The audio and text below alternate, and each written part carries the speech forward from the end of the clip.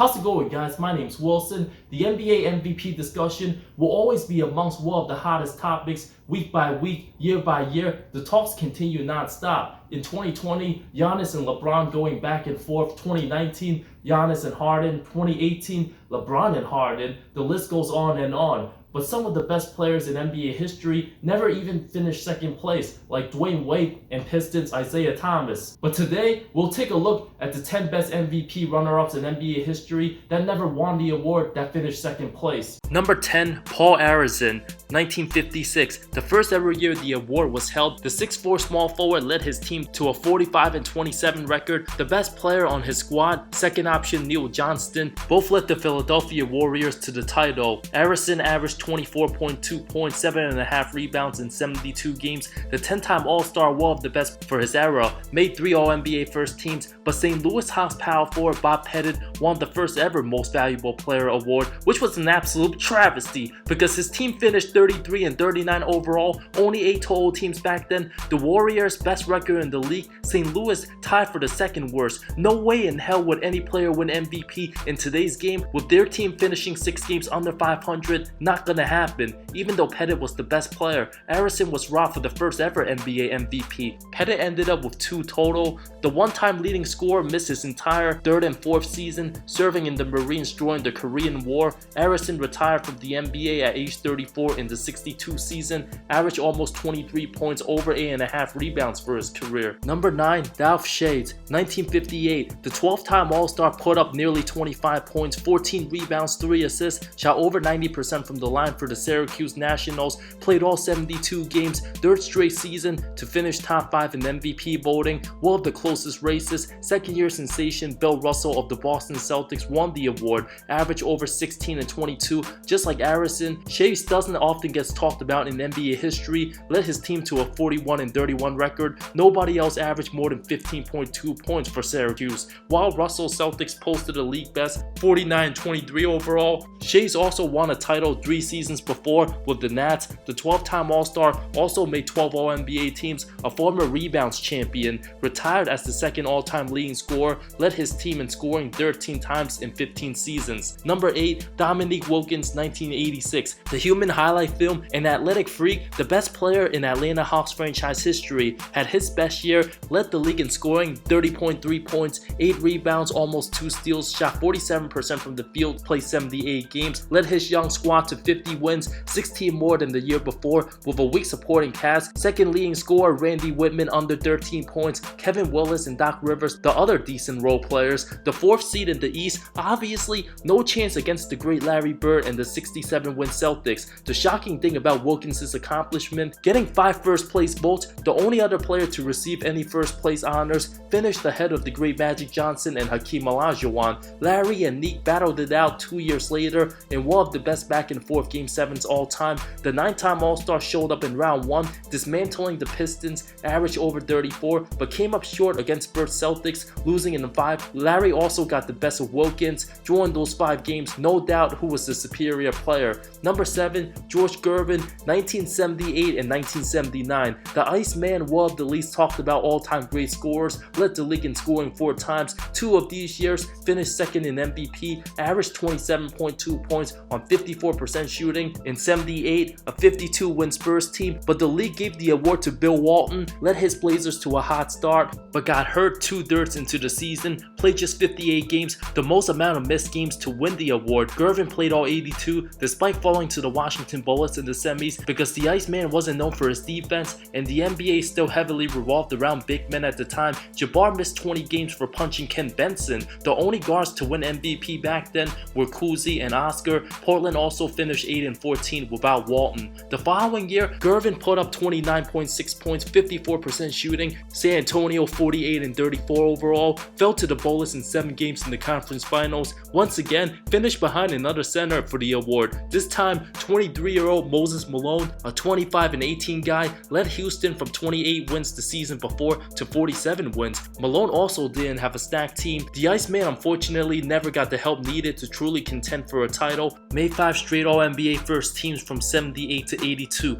Number 6, Clyde Drexler, 1992. There's a strong case Clyde the Glide was the second best player the entire 92 season. At the height of his powers, led Portland to 57 wins, averaged 25 points, almost 7-7, 2 steals, 47% shooting, 76 games played, led his Blazers to 63 wins the season before and a finals appearance in 90, his only first team honors, even had 12 first place MVP votes despite putting up over 26, 7-7 in the postseason. Playing in the same position as MJ, the headlines and narratives were Drexler might be a threat to Jordan, the challenge for who's really number one. As revealed in The Last Dance, Jordan would then absolutely destroy, abuse, annihilate, humiliate, and obliterate Drexler and the Blazers in every way imaginable. Jordan left no doubt who was number one, miles ahead of everybody else. Clyde held to averaging under 25 points, 11 fewer than MJ, under 41% shooting. Jordan shot nearly 53%. The two would never be compared to one another ever again.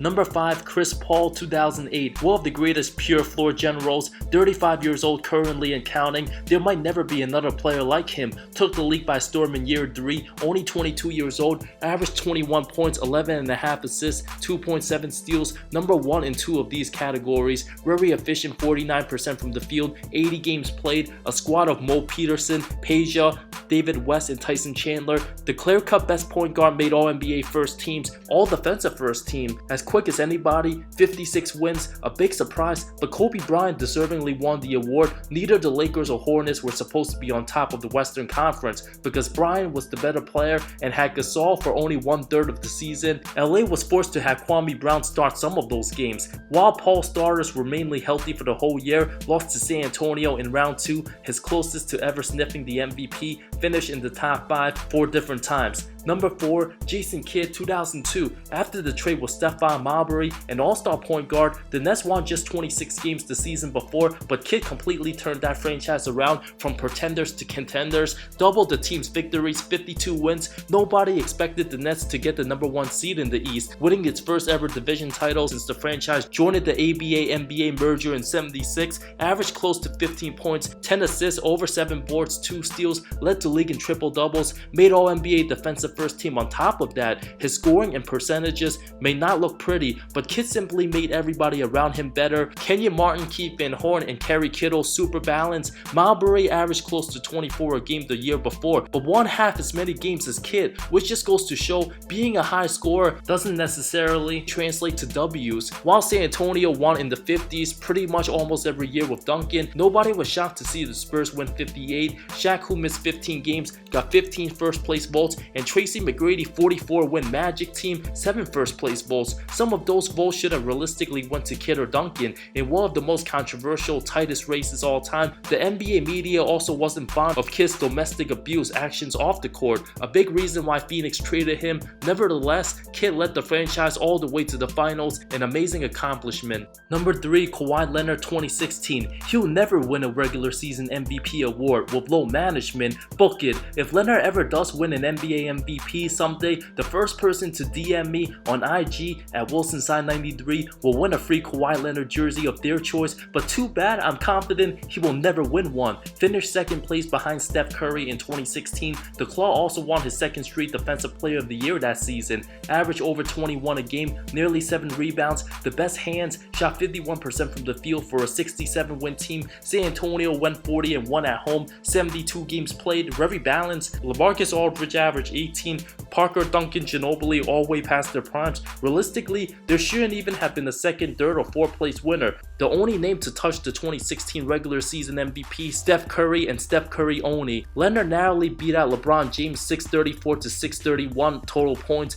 James's team won 10 fewer games. Leonard had the better season in 2017 and a way stronger case for MVP. Finished third place behind Russ and Harden, both of whom stat padded and ball dominant, did whatever they wanted, while it was Kawhi's team who won 61 games. Leonard averaged 25.5 points while making first team all defense, finished third for Defensive Player of the Year, unlike Westbrook and Harden, neither of whom played any defense. Number 2, Elgin Baylor, 1963. The most unlucky all-time great in NBA history. It's also an absolute travesty. Baylor, the third highest points per game average in NBA history, no scoring titles either, since he played in the same era as Wilt. Many remember his 62 campaign, 38.3 points, nearly 19 rebounds, rebounds, but played just 48 games due to military duties. The following year, at the peak of his career, 34 points, 14.5 rebounds, 5 assists, 80 games played, finished second place behind the great Bill Russell. The bigs in Russell and Chamberlain pretty much overshadowed nearly everybody else for MVP in the 60s. Russell averaged 17, 24, 4.5 dimes. The C's won 58 games, the Lakers 53, two of the best teams. Baylor's Lakers fell short to Russell Celtics again, this time in 6 games,